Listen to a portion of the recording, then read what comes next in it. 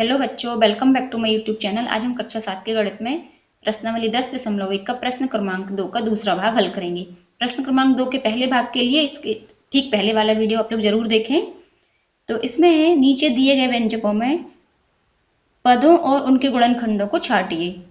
तो जो गुणनखंड होते हैं ना, वो उसमें चिपके हुए होते हैं, तो हमें उनको अलग अलग करके लिखना है। पहले तो हम पद लिखेंगे और उसमें जो भी उसके गुणनखंड चिपके हुए होंगे उनको हम अलग करके लिखेंगे। अब इसमें दो पद हैं, एक तो है माइनस का 4x और दूसरा है 5। तो 5 जो प्लस का है, इसके साथ हमें प्लस का निशान लगाने की आवश्यकता नहीं है, ये ऑटोमेटिक हम इसको +5 ही पढ़ेंगे। तो ये है -4x, तो इसके गुणनखंड क्या क्या हो जाएंगे, -4 और x। आप लोगों ने इसके फर्स्ट पार्ट में जो ट्री डायग्राम बनाया है, वृक्ष चित्र, तो उसमें भी सेम टू सेम यही वाले पड़े हुए हैं। जो गुणनखंड है उनको हमने चित्र के रूप में दर्शाया था और इसमें हमें कॉमा लगा के लिखना है। अब जो 5 इसके गुणनखंड हो जाते हैं 5 और 1, या 1 और 5। फिर इसी का है सेकंड पार्ट, ये है -4x + 5y। तो -4x तो वैसे ही रहेगा, 5 यहाँ देखिए अकेला था, अब इसमें y और ऐड कर दिया है तो ये हो गया 5y। सेम यही करेंगे, इसके हो जाएंगे -4 और x, और 5y के हो जाएंगे 5 और y। अब हमें इसमें 1 लिखने की आवश्यकता नहीं है, y के साथ 5 है ना, तो हमें 1 नहीं लिखना पड़ेगा अलग से। फिर इसी का सी पार्ट है, इसमें दिया है 5y और 3y²। तो पद हो गया इसका 5y, दूसरा पद हो गया 3y²। तो 5y के गुणनखंड हो जाएंगे 5 और y, और 3y² के गुणनखंड हो जाएंगे 3y और y। दो बार क्यों आया, क्योंकि y का वर्ग है। y के वर्ग को हम क्या लिख सकते हैं, y × y। ये मैंने आपको समझाने के लिए लिखा है, आपको लिखना नहीं है अपनी फेयर कॉपी में। फिर यहाँ पर ये देखिए दो पद हैं, एक तो है xy और दूसरा है 2x² और ये y²। तो xy के हम 3 गुणनखंड लिख सकते हैं। एक तो इसमें हो जाएगा 1, दूसरा हो जाएगा x और तीसरा हो जाएगा y। 1 क्यों लिखा है, इसमें कोई भी गुणांक नहीं लिखा है ना इसका, तो हमने 1 ले लिया। अब यहाँ गुणांक 2 लिखा है तो हमें 1 लिखने की आवश्यकता नहीं है।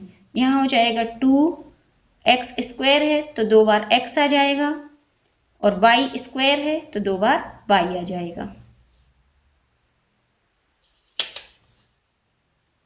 अब नंबर 3, इसमें ई पार्ट में है PQ + Q।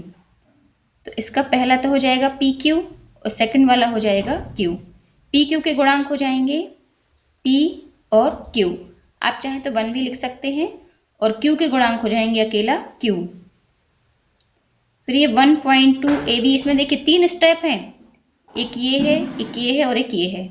तो ये हो जाएगा 1.2 AB - 2.4 B और प्लस का है 3.6 A। तो इसके जो है गुणनखंड ये हो जाएंगे 1.2 A और ये B, इन तीनों को हम गुणा करेंगे तो ये आएगा।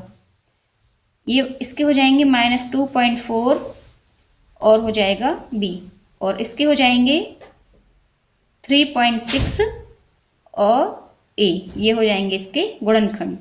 जब हम इनको गुणा करेंगे ना तो वापस इसी वाले पद पर आ जाएंगे। फिर इसका जी पार्ट है